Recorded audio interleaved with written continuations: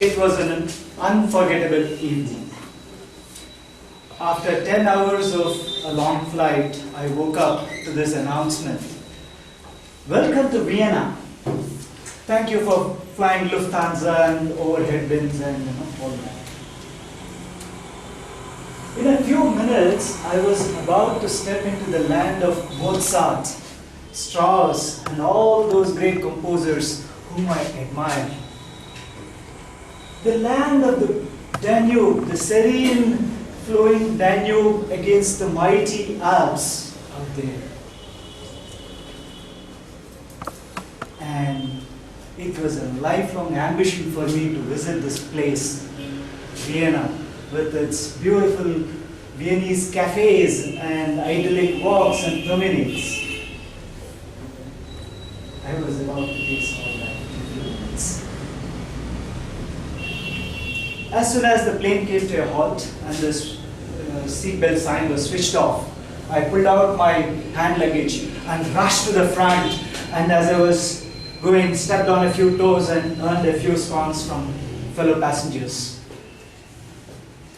Do you think I was so eager, so excited to hurl myself into the city of Vienna? Good evening, Toastmaster, fellow Toastmasters and guests. Oh no, it was not for that. I was in big trouble.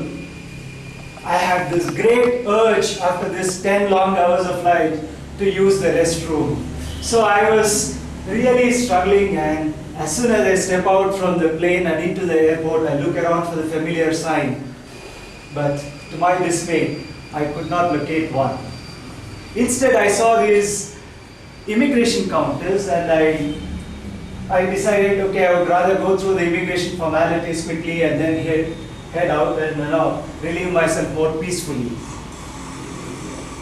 So I go to this immigration counter and pull out from deep inside my pocket my passport and give it to the counter officer, who takes a look at the passport, looks at me, looks at the passport, looks at me. And he repeats this exercise. So, as he kept doing this, the first time I had put on a smiling face at him. The second time, I thought I should be more careful, so I put on a serious face at him. But nothing worked.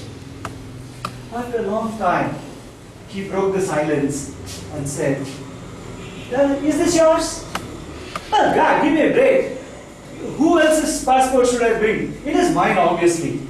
But knowing his official authority, instead he said meekly, yeah, it's mine, it's mine. Now, as he kept on looking at this passport again, I started getting nervous. I desperately needed to go, and this fellow wouldn't let me. And he was getting the scent of a crook, and I was smelling trouble out there.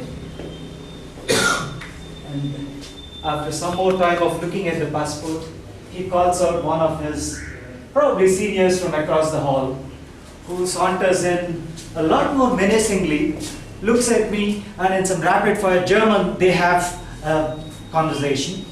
And at the end of it, the second guy, the second officer, much more sternly tells me, "Turn to your left."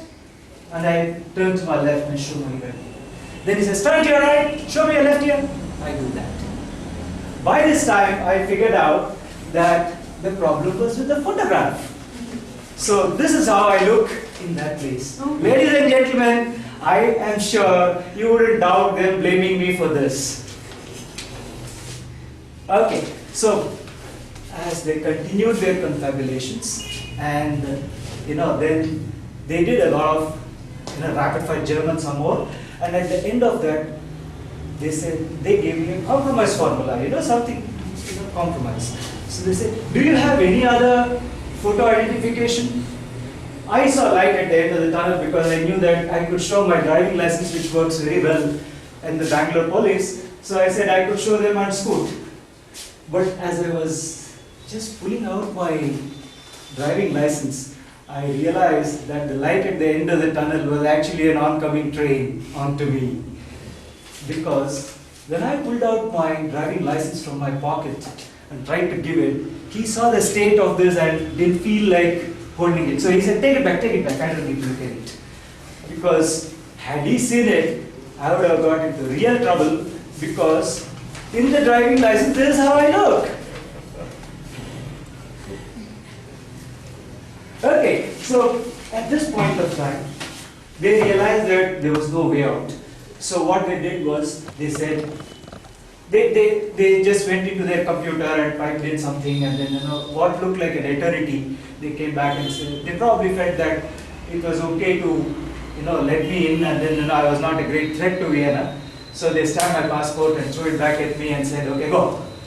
It was a great relief.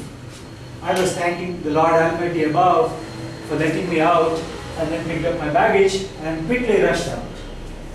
But as soon as I come out of the terminal, I see that it was dark, desolate, and freezing out there.